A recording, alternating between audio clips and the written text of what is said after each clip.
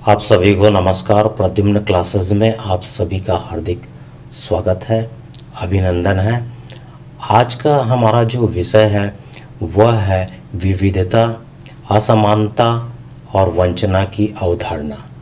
तो इस यूनिट में हम विविधता, असमानता और वंचना की अवधारणा को स्पष्ट करने का प्रयास करेंगे। Concepts of diversity, inequality and deprivation, इन तीनों शब्दों को समझने के पूर्व हमें फिर से प्रश्नों का अध्ययन करना अत्यंत आवश्यक है। हमें इन प्रश्नों को समझना चाहिए और जानना चाहिए कि इनका शाब्दिक अर्थ क्या होता है। तो सबसे पहले है विविधता या डाइवर्सिटी का अर्थ क्या होता है और उसका महत्व क्या है। डाइवर्सिटी को हम विभिन्नता भी कह सकते हैं और दूसरे शब्दों में हम उन्हें भिन्नता भी कह सकते हैं। उसी प्रकार असमानता का अर्थ क्या होता है और असमानता का व्यवहार किन किन स्थितियों में होता है, इसका भी हम इस अध्याय में अध्ययन करेंगे। उसी प्रकार वंचित शब्द का क्या अर्थ होता है, डिप्राइव्ड का अर्थ क्या होता है और वंचन का भाव कब उत्पन्न होता है। हम यह भी देखने का प्रयास करेंगे कि किन समूहों में वंचन का भाव उत्पन्न होता है या किन किन व्यक्तियों में वंचन का भाव उत्पन्न हो सकता है। Sense of deprivation. उसके बाद हम इस इकाई में यह भी समझेंगे कि वास्तविक वंचन क्या है, या इसको हम एब्सोल्यूट डिप्राइवेशन भी कह सकते हैं। और दूसरा जो शब्द है वो है सापेक्षिक वंचन, या जिसको हम रिलेटिव डिप्राइवेशन भी कह सकते हैं। इसी प्रकार किसी भी शिक्षक का दायित्व इन शब्दों के प्रति क्या हो सकता है। जैसे हम यह देखें कि यदि कक्ष में शिक्षण का कार्य संचालित हो रहा है तो शिक्षक का क्या दायित्व बनता है कि वह विविधता को किस प्रकार से समझे, यानी डाइवर्सिटी का वह किस प्रकार से चिंतन करे, कक्षाओं में किस प्रकार की डाइवर्सिटी है उसका अध्ययन करे। उसी प्रकार क्या कक्षाओं में भिन्नताएं दिखलाई दे रही हैं, असमानताएं दिखलाई दे रही हैं और उनका किस प्रकार से उपचार किया जाना चाहिए।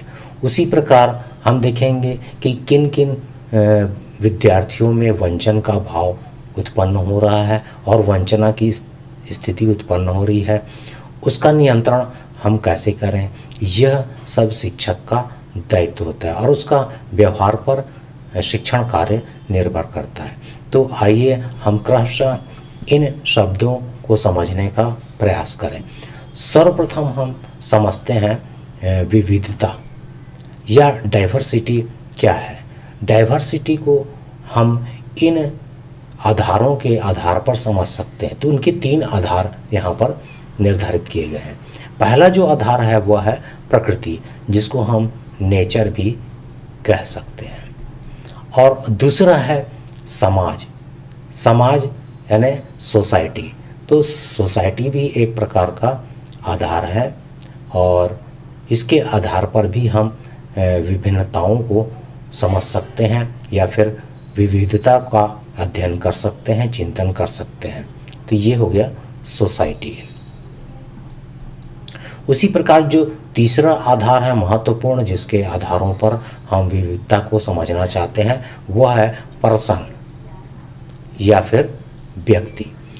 तो इन जो 3 आधार हैं उसमें सबसे पहला है, यदि प्राकृतिक आधार पर हम देखें तो विविधताएं प्रचुर मात्रा में पाई जाती हैं।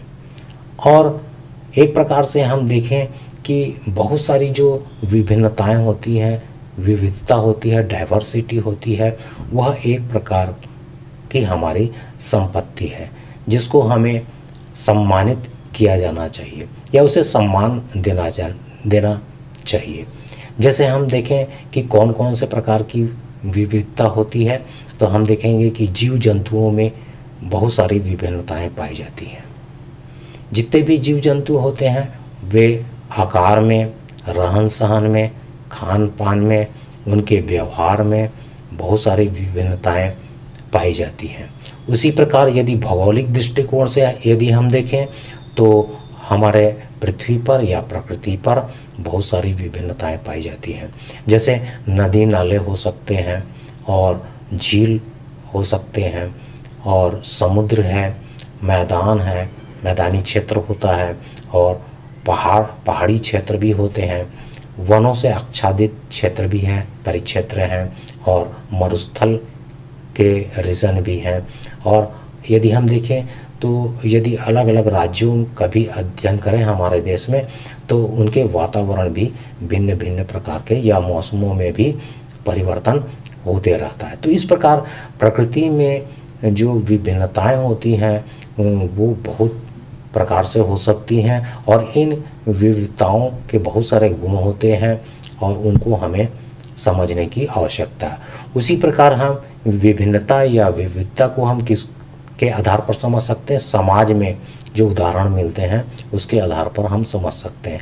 जैसे संस्कृति की बात करें तो बहुत सारे जो समाज की जो संस्कृतियाँ होती हैं वो अलग अलग होती हैं, उनके आचार विहार या फिर हम कहेंगे कि व्यवहार वो अलग अलग होते हैं और उनके बातचीत करने का तरीका, पहनने का तरीका या रहने का तरीका अलग अलग होता है, उनकी प्रथाएं अलग होती हैं। तो इस प्रकार हम विभिन्न संस्कृतियों को भी विविधता की श्रेणी में रख सकते हैं।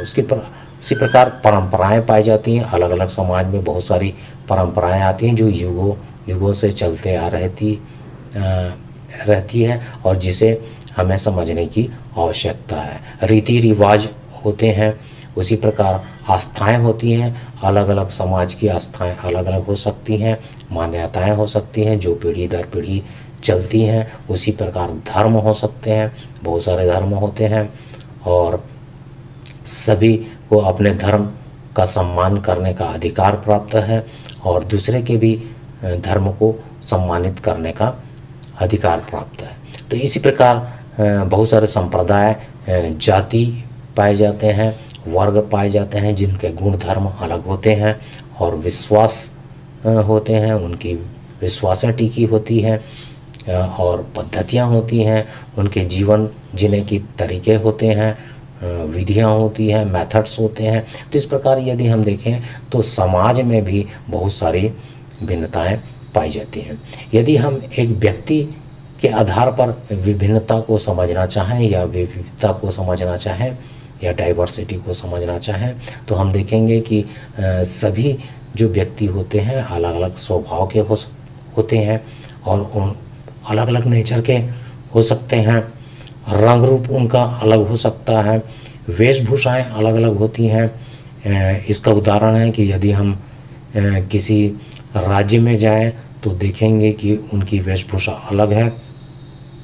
अलग अलग राज्यों की वेशभूषा अलग अलग हो सकती है, रहन सहन अलग हो सकता है, आचार व्यवहार अलग हो सकता है, आचरण अलग हो सकता है और खान पान में भी अंतर होता है, क्षमता और कौशलों में भी अंतर होता है।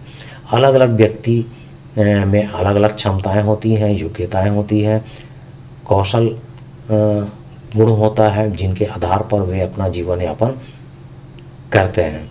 और उसी प्रकार भाषाएं होती हैं, बोलियां होती हैं।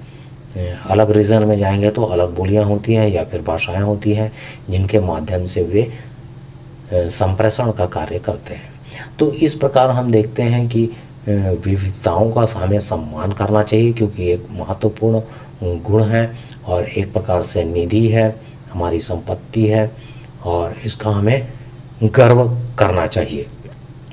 आगे हम आते हैं असमानता।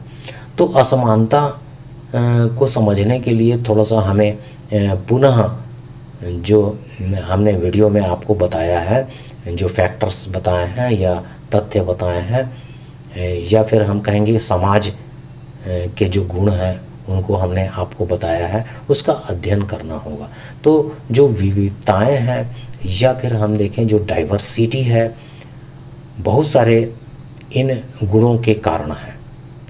हम यदि देखें कि अलग अलग संस्कृतियां हैं, परंपराएं हैं, रीति रिवाज हैं, मान्यताएं हैं, धर्म संप्रदाय है, जाति वर्ग है, विश्वास टिकी हुई है और पद्धतियाँ हैं। इन सभी गुणों के कारण हम ऐसा सोचते हैं कि किसी भी प्रजातांत्रिक जो देश है वह इन सभी विभिन्नताओं के आधार पर उनको सुविधाएं प्रदान करने का प्रयास करता है। लेकिन यहाँ पर यह समस्या उत्पन्न होती है कि विविध समूहों के व्यक्तियों को एक समान सुविधा नहीं मिल पाता है। किन्हीं कारणों से इतने जो विभिन्नताएं हैं उनको वो सुविधा प्राप्त नहीं हो पाती जो किसी प्रजातांत्रिक देश में उन्हें दी जाती है। इन असमानताओं के कारण नहीं प्राप्त हो पाती है। तो हम ऐसा भी समझने का प्रयास करें असमानता को कि जो समाज के अलग अलग समूह में विभिन्नताओं और क्षमताओं के कारण वे जो उनको सुविधाएं प्राप्त हैं वो अलग अलग हो जाती हैं। यानी जो सुविधाएं तो उनको दी जा रही हैं लेकिन उनमें विभिन्नताओं के कारण जो सुविधाएं हैं वो उनके लक्षण अलग अलग हो जा रहे हैं। तो प्राप्त सुविधाएं हम ऐसा भी कह सकते हैं कि उनको जो प्राप्त सुविधाएं हैं वो अलग अलग सुविधाएं प्राप्त हो रही हैं, उनके गुणों के आधार पर सुविधाएं प्राप्त हो रही हैं या फिर विभिन्नताओं के आधार पर सुविधाएं देने का प्रयास किया जा रहा है। और इस प्रकार जो एक समूह है वह दूसरे समूह से या एक व्यक्ति है वो दूसरे व्यक्ति से अपने आप को अलग महसूस करता है और यही असमान व्यवहार का कारण यहाँ पर निर्मित होता है।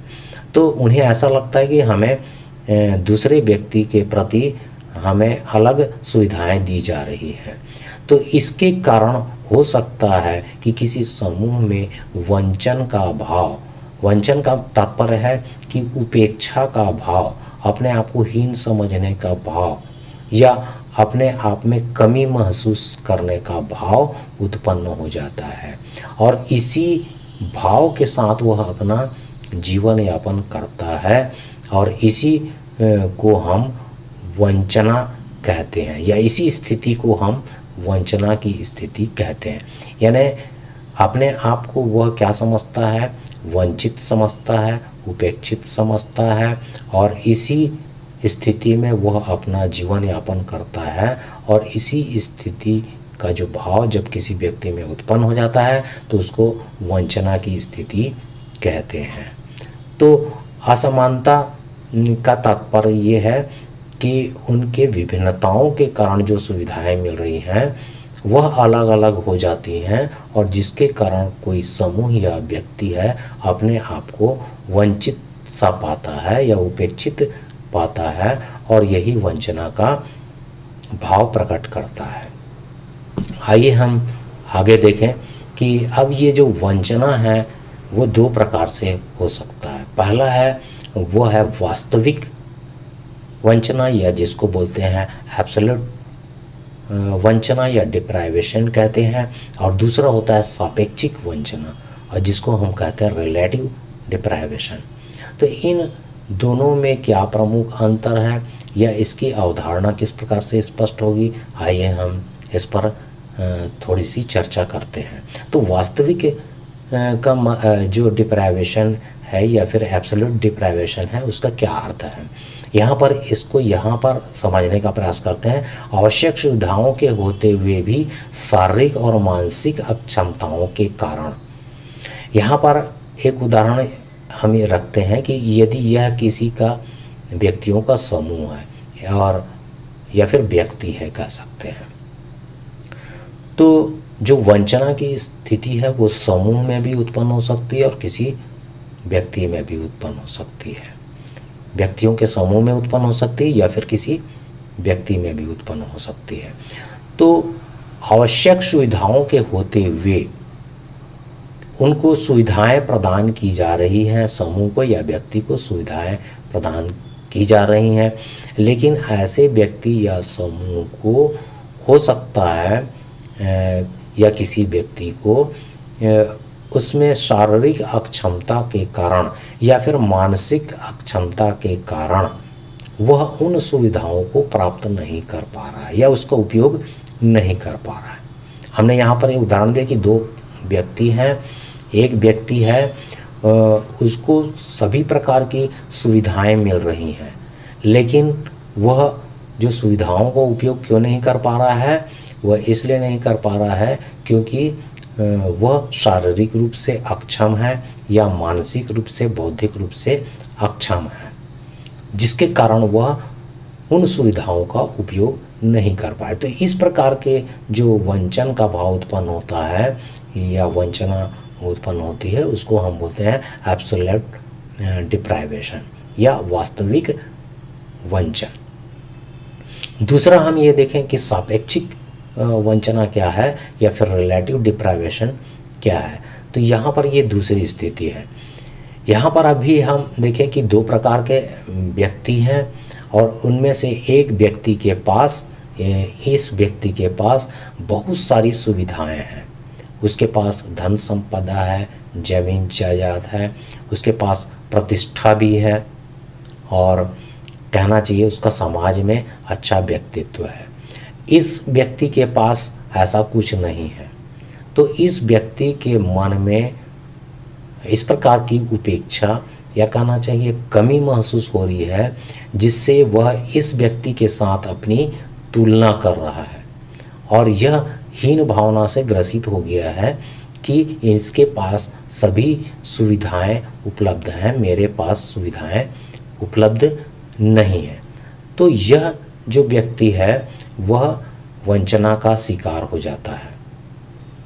इस व्यक्ति के असमानता महसूस करने के कारण, तो अन्य लोगों के पास भौतिक संपदा, प्रतिष्ठा होने के कारण यह व्यक्ति अपने आप में कमी महसूस कर रहा है और इस प्रकार की कमी को या वंचित होने की भावना को हम क्या कहते हैं, सापेक्षिक वंचना कहते हैं या फिर रिलेटिव डिप्राइवेशन कहते हैं।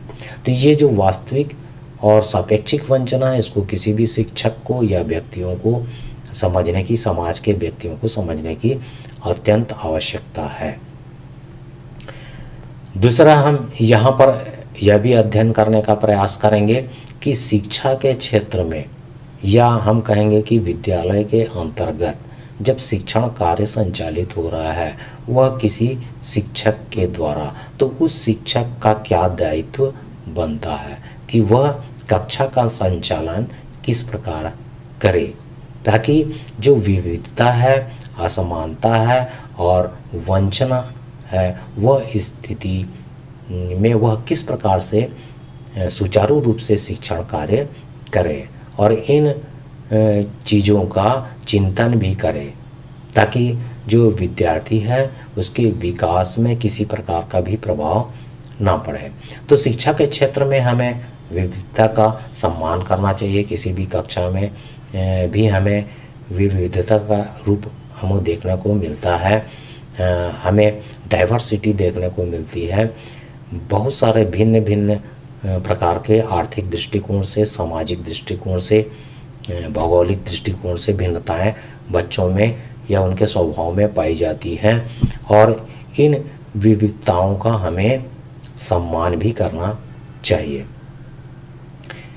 विविधता के आधार पर भेदभाव करना, यदि हम असमानता का व्यवहार कर रहे हैं या फिर भेदभाव कर रहे हैं और किसी बच्चे का विकास नहीं हो पा रहा है, तो यह स्थिति ठीक नहीं है। तो शिक्षक का दायित्व है कि वह भेदभाव ना करे, असमानता का व्यवहार बिल्कुल भी ना करे। यदि वह असमानता या भेदभाव का व्यवहार करता है तो विद्यार्थियों में वंचना की स्थिति उत्पन्न हो जाती है और फिर उसकी जो मानसिक और शारीरिक वृद्धि है वह रुक जाती है, या फिर हम यह कहेंगे कि वंचना के कारण उसके विकास में प्रभाव पड़ता है। तो हमें क्या, किसी भी शिक्षक को या हमें सभी को क्या करना चाहिए, भिन्नताओं का सम्मान करना चाहिए, असमानताओं का व्यवहार किसी भी हालत में ना करें। और तीसरा जो महत्वपूर्ण पॉइंट है वह है कि समावेशी वातावरण में शिक्षण कार्य करें, यानी जो अध्ययन अध्यापन की जो व्यवस्था है किसी कक्ष में, उसमें समावेशी रूप से कार्य करना चाहिए, यानी सभी बच्चों को एक साथ शिक्षण कार्य में संलग्न करना चाहिए, गतिविधियां करानी चाहिए, उनमें किसी प्रकार से भेदभाव नहीं करना चाहिए। सभी जो पद्धतियां हैं वो सभी बच्चों पे लागू करनी चाहिए ताकि सभी बच्चों का विकास समुचित दृष्टिकोण से हो सके।